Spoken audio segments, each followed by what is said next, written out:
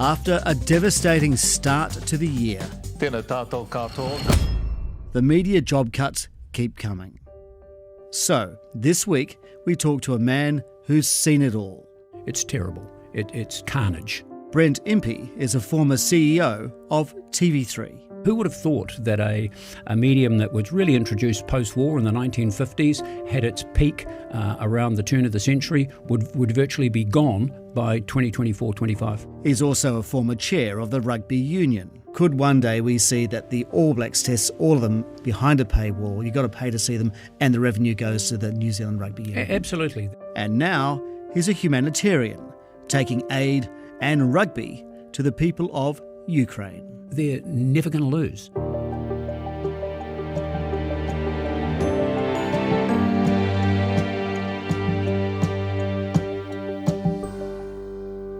Welcome to the NBR Podcast. I'm your host, Simon Shepherd. On a regular Sunday morning walk on Waiheke Island, Brent Impey and his mate, Sir Graham Henry, got an idea. They want to help Ukraine with rugby. He's on a fundraising drive, and we'll talk about that soon. But with his vast experience in media and New Zealand rugby, it would be remiss not to get a few takes first on some crazy times. Let's start with declaring conflicts of interest and potential no-go areas, right? So you are on the board of Radio New Zealand, correct? That's correct. I mean, I've just been appointed to the board. I haven't attended my first meeting yet. Okay. So there's that, and then my other half, Wendy Palmer, is the CEO of MediaWorks. Yes. So look, if you ask me a question about radio, feel free, but I'll get in trouble wherever I go. So I'll probably duck. Okay. I bet it makes for interesting conversations at home. Oh, no, not allowed to. No. No. We've got the concrete pillow in the bed. The radio pillow. The radio So pillow. you can't tell me whether you think that Radio New Zealand should have merged with TVNZ. Oh, yes, I can give you my personal opinion about that. I think Radio New Zealand dodged a bullet. My view is, having run MediaWorks with TV3 and the radio division of MediaWorks, the synergies, yes, they're there in the back office, accounting, HR, all administration, and etc.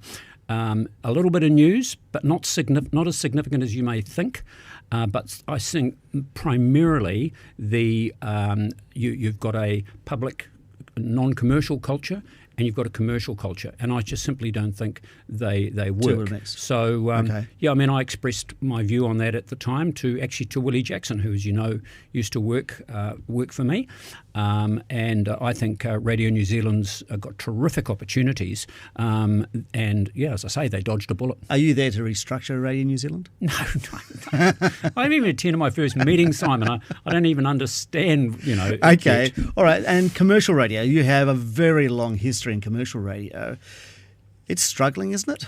Yeah, well, it's the advertising market. I mean, it's not struggling as much as free-to-air television. No, and we'll talk about that in a sec. Where the declines have been more substantial. But if you look at it from a revenue perspective, when I finished at MediaWorks in 2009, the total radio revenue covering NZME, MediaWorks and the smaller ones was around $260 million spent by advertisers in New Zealand. Today it's about the same.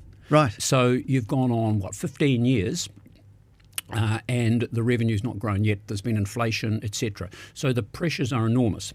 I think for radio is stronger because it remains virtually the only medium that's local. And so therefore local advertisers can use it. So I don't see radio disappearing, but I do think the listenership will gradually slip, and you've already seen it in the younger demos. They don't listen to the radio. They are on Spotify or whatever. Yep. It's got a future, no question, but for commercial radio, it's tough. Last question on radio then. Has it not been as decimated by the advent of the big tech companies gobbling up advertising like Google and Meta. Yes, it has. It has. It has. And a lot of that advertising that would have gone particularly on youth radio stations like The Edge, ZM, etc. And you've only got to look at the ratings of those stations to see the impact. The answer is yes. And if your next question is, what do I think about the digital bargaining bill? Yes, I think we should do it. You think we should do it? Absolutely, I do. Okay. Yeah. Maybe we should have done it a long time ago. And would that have helped not only radio but obviously commercial television? It would have helped. I think on the television, I think it was on a slide anyway. I don't think you can blame Google and Facebook for the decline of linear television. I think there's a whole bunch of other reasons why, and it's around choice. And who would have thought that a medium that was really introduced post-war in the 1950s, had its peak around the turn of the century, would virtually be gone by 2024, 25. Well, yeah, I want to talk about that. Okay, so for people who don't know your background, you were the CEO of MediaWorks for 10 years, 11 years? Yep. And that's when, as you said, it has radio stations and TV3. And you were there when the Canadian owners sold it to the Aussie private equity guys, Ironbridge. That's correct. Was that the beginning of the end for TV3? Yes, I believe so. I mean, my job was to get the best possible price for the shareholders. We were 70% owned by CamWest, a Canadian company, who were forced to sell their interests because they had bought newspapers, which was a bad purchase for them, and actually in the end caused the demise of CamWest in Canada. And we were 30% owned by the public. So we were a publicly listed company when the decision was made to sell.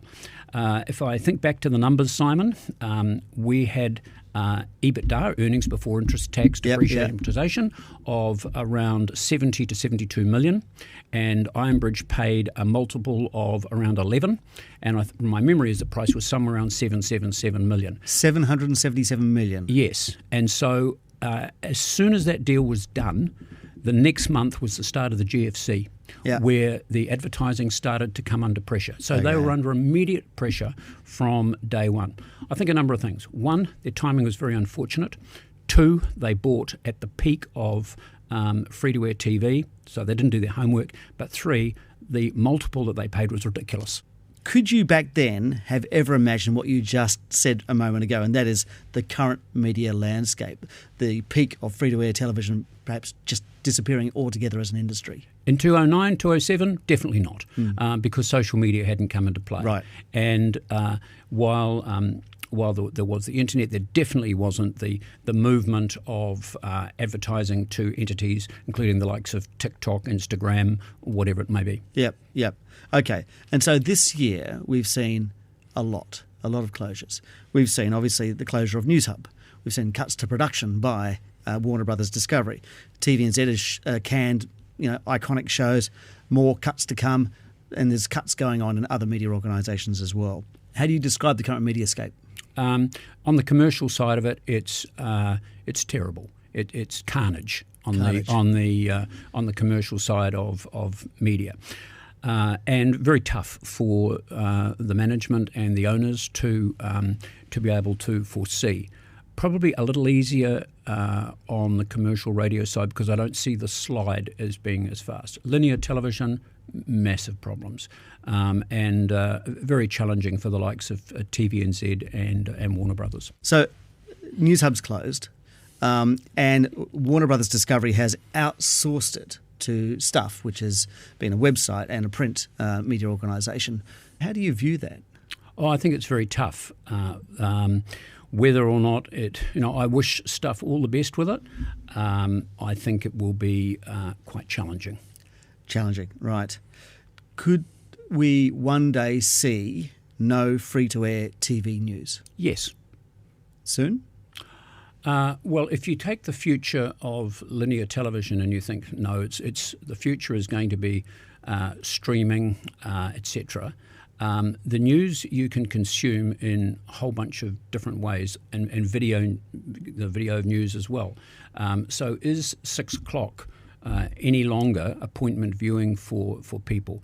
Yes, it is for older demographics, but as people come through, are they going to have their lifestyle sitting down at 6 o'clock and watching television? I don't think so. I recall at TV3, we did some research really must have been around 2000, because at that point TV1 News was well ahead of us. Did some work on 5:30, and at that time it was remarkable the results that came back. Over 80% of New Zealanders had not only got home from work, but had their dinner before 6 o'clock. That's incredible. It's incredible. Yeah. Right? It just today, that's just not No, it doesn't happen. No, it does not happen. All right. What about the further implications for free-to-air TV, full stop? Well, if you follow the logic that says linear TV is in its dying stages, then that doesn't mean that the 3 brand won't survive. But will it survive as a free-to-air TV channel? No, I don't think it will. Almost the same would apply to anything. And the interesting thing around this is that New Zealand, in a lot of areas, media is one of them, but there's many other areas where we compare ourselves with Australia, Canada, Britain and the US. The thing is that we're the smallest by a long way, with only 5.5 million people. Yep. What's happening here is starting to happen in these bigger countries. So we're the first runner, because we're not sustainable with our population size. So what you're seeing happening on linear TV here, watch it happen over the next few years in these other places. So it's going to have massive impacts. We're a window into the future for other I believe we are, countries. All right. We still have the state broadcaster, although it runs on a commercial basis. That's TVNZ. They're facing a $30 million hole. There's cuts yet to come there. CEO Jodie O'Donnell told me earlier this year that she hopes to be back in black in 2 to 3 years. That would be a terrific achievement by Jodie. Can you see that happening? Well, I don't see the turnaround in advertising. No. So that's the start. So if you think about it from a revenue perspective, the decline in free-to-air television revenue is virtually baked in. It's going to decline. We don't know by how much. 10% a year, 20% a year, could be at that sort of level. So then you've got to adjust your cost structure. Very difficult in a media company, given the costs of production. It's a people business. Very difficult, and they've had to make and will have to make some very, very harsh decisions to be able to get back into the black. And unfortunately, I used the word carnage before. It will be carnage before they can sort. Their plan around TVNZ Plus is probably the only option that they have, and good luck to them, is my view. One of the areas that they're possibly looking at, one possible path, is sport. But when you're facing a $30 million hole, you've done deals on sports rights, both at TV3 and when you were chair of the New Zealand Rugby Union.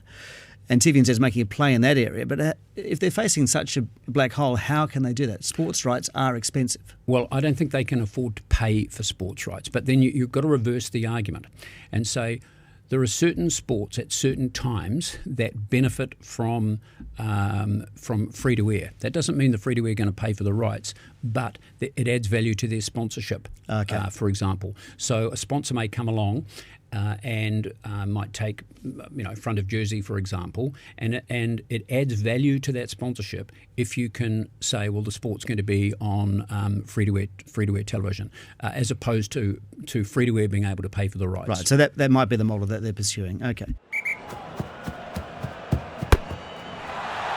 Brent Impey knows about doing deals. When he was chair of the New Zealand Rugby Union, he put together the first deal to sell some of its commercial IP to a massive American private equity player, Silver Lake. This is him explaining at the time why they needed foreign capital.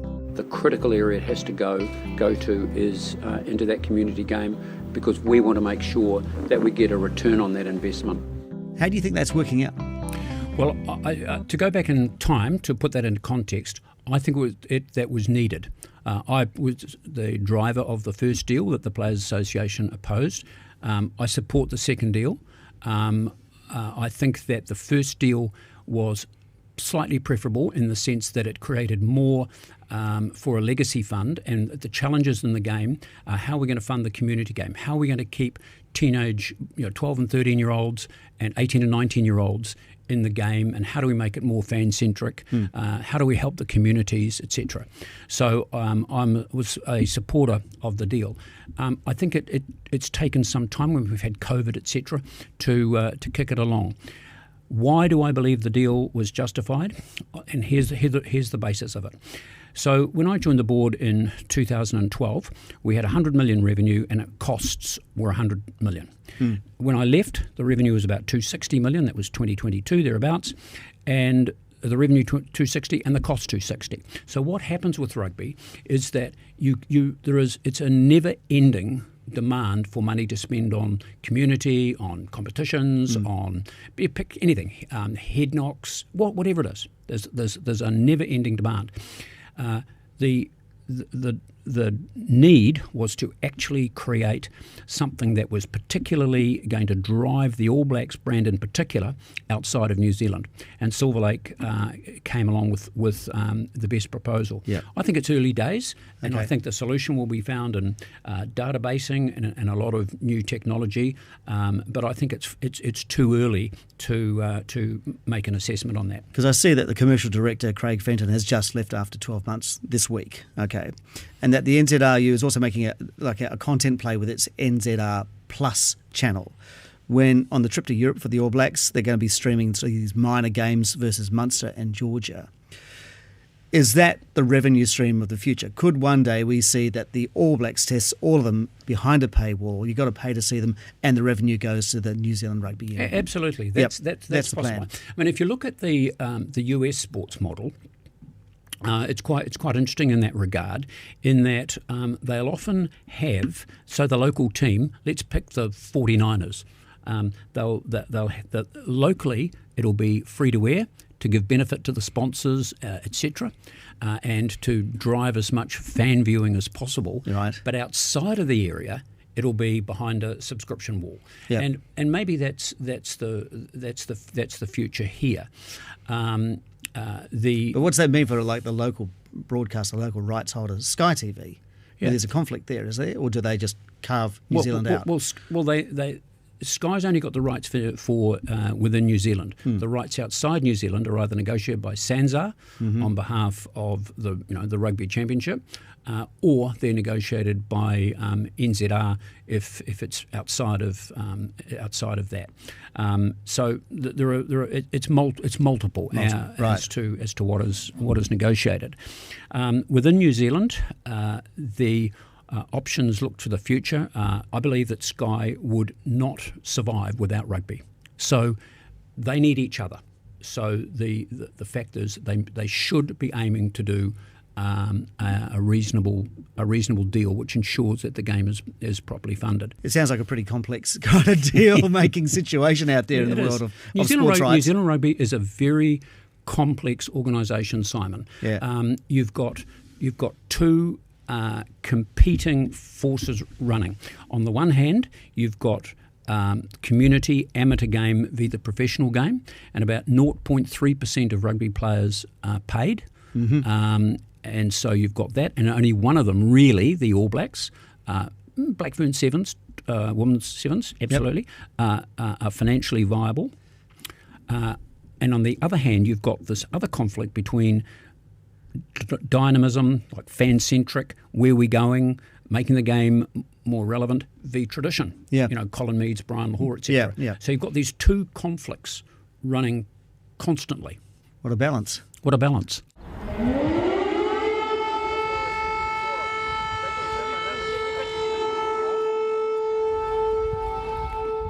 Our final chat topic couldn't provide a starker contrast in locations and lifestyle.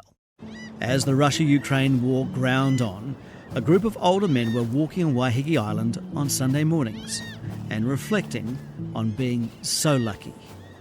I want to talk about your walking group on Waiheke. Oh, yeah. Who's in it, and what schemes do you come up with when you are walking? Well, we're old men. We're in our 70s. So in it, our leader is Warren Lincoln. Warren was the head of history at Auckland Grammar. Right. And Warren's our leader. He's got Parkinson's disease and is an amazingly strong individual. Also in the group are Dave Thompson, who had a background in forestry. We've got Terry Hume, who's a background in marine science.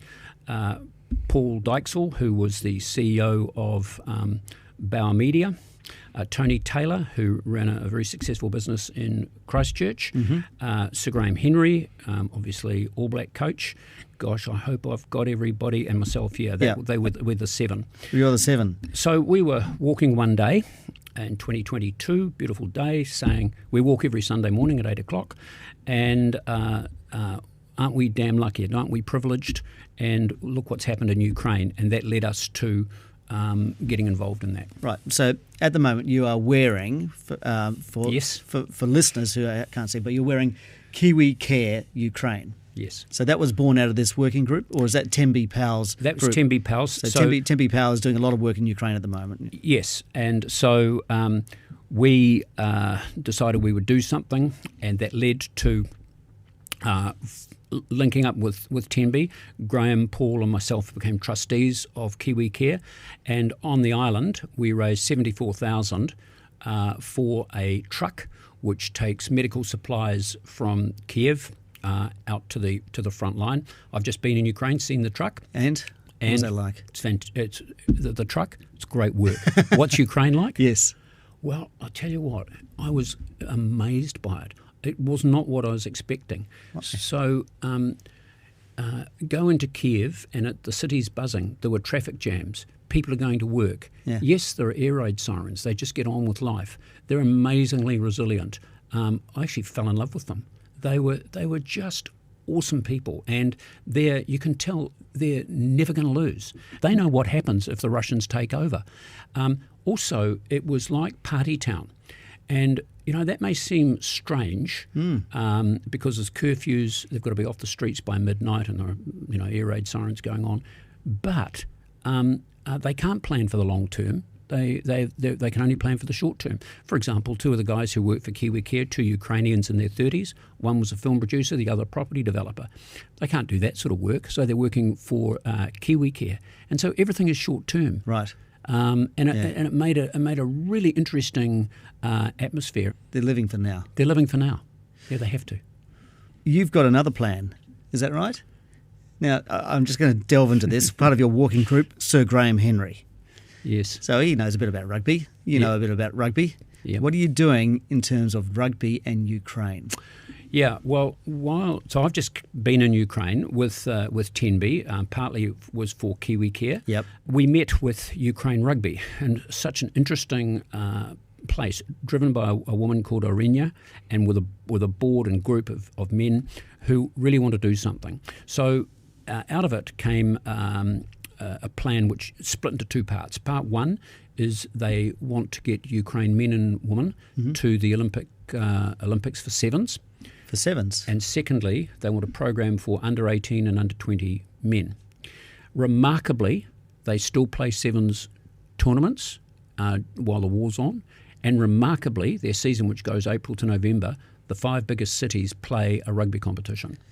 And there were games on the Saturday after. Rugby resilience during a war. Rugby resilience during the war, and the games are based in the military. So, by way of analogy, if you look at Georgia, 20 odd years ago, the Georgian Prime Minister made rugby a national sport. So if we can push this ahead with Ukraine, and this is what we're planning to do. So this week I met with a guy, Graham Henry, and I met with a guy called Wayne Taylor, who's taken over IRANZ, that's the International Rugby Academy of New Zealand, bought it from Murray Mexted, and we're coming up with a plan for to bring sevens athletes, men and women, and young 18 and under 20 men to IRANZ, which is based just north of Wellington, and coaches and medical, etc. So I'm in the process of coming up with a plan. I'm just trying to understand this. So, you've got your analogy of Georgia, and Georgia is, a rugby nation now. Mm-hmm. Are you saying that rugby can help build the resilience of Ukraine post-war? Rugby's got tremendous values. wonderful values around knowing how to win and lose, really good values. I mean, you don't see, for example, fans fighting at a rugby match, do you? Right? You just don't it's do football. It's Yeah. football. And it's also something that New Zealand can get behind.